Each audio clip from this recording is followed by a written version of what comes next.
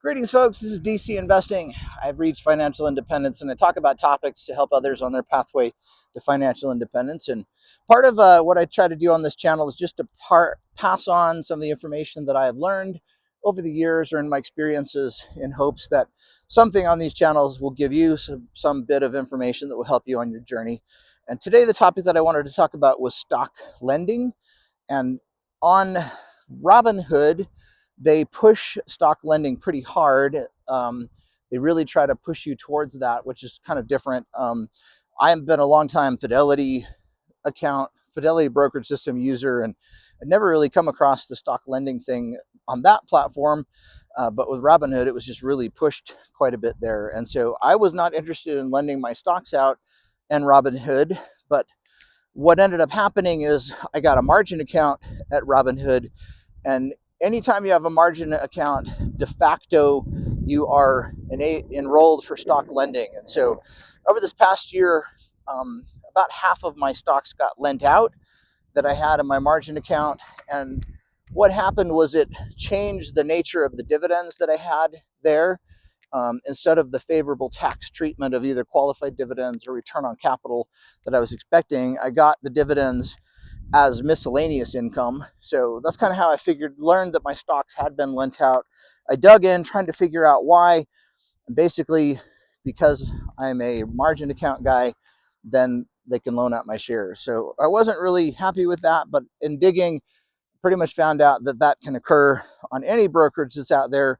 The same clause is in Weeble's agreement, it's in Fidelity's agreement, so I assume it's in a lot of the others.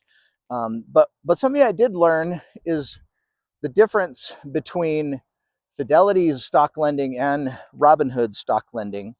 And so I learned a few things from a representative that I was talking to at Fidelity. They said Robinhood does not compensate you very highly for shares that they lend out. It said typically it's either 10% or less of the money that they make by stock lending they will give to the people in their brokerage, whereas at Fidelity, it's 60% of the earnings. So right off, that's a huge differentiation. So I thought I'd publish that, let you know.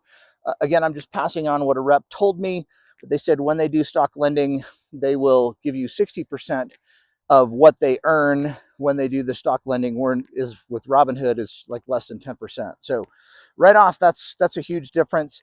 I don't know if that's the case just in your margin account, because your margin agreement says they can lend out your shares, but in other accounts you can enable stock lending.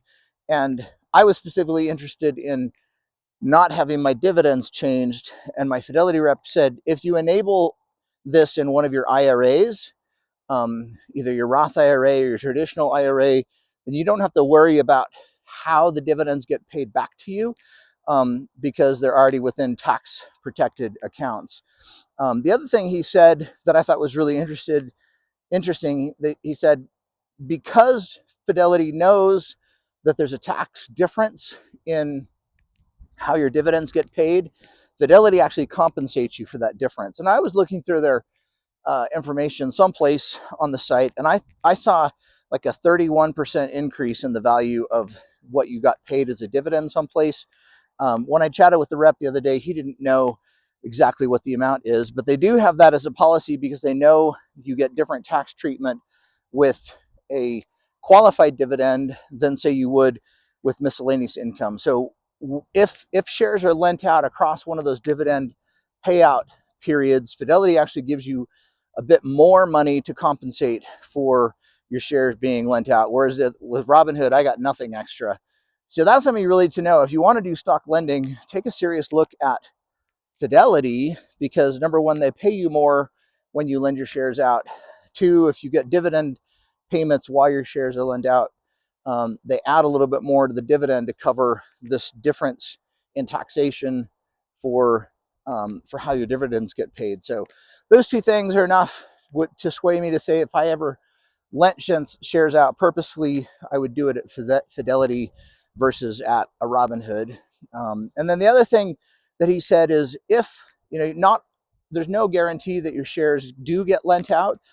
But he said when at Fidelity, they have a little marker system, so you know when your shares are being lent out. There's a little, on their positions tab, there's a little marker, some little squares, blue squares that show up that if you get earnings coming up or dividend payments that are coming up, there's this little notation that shows up right by your account name or your position name.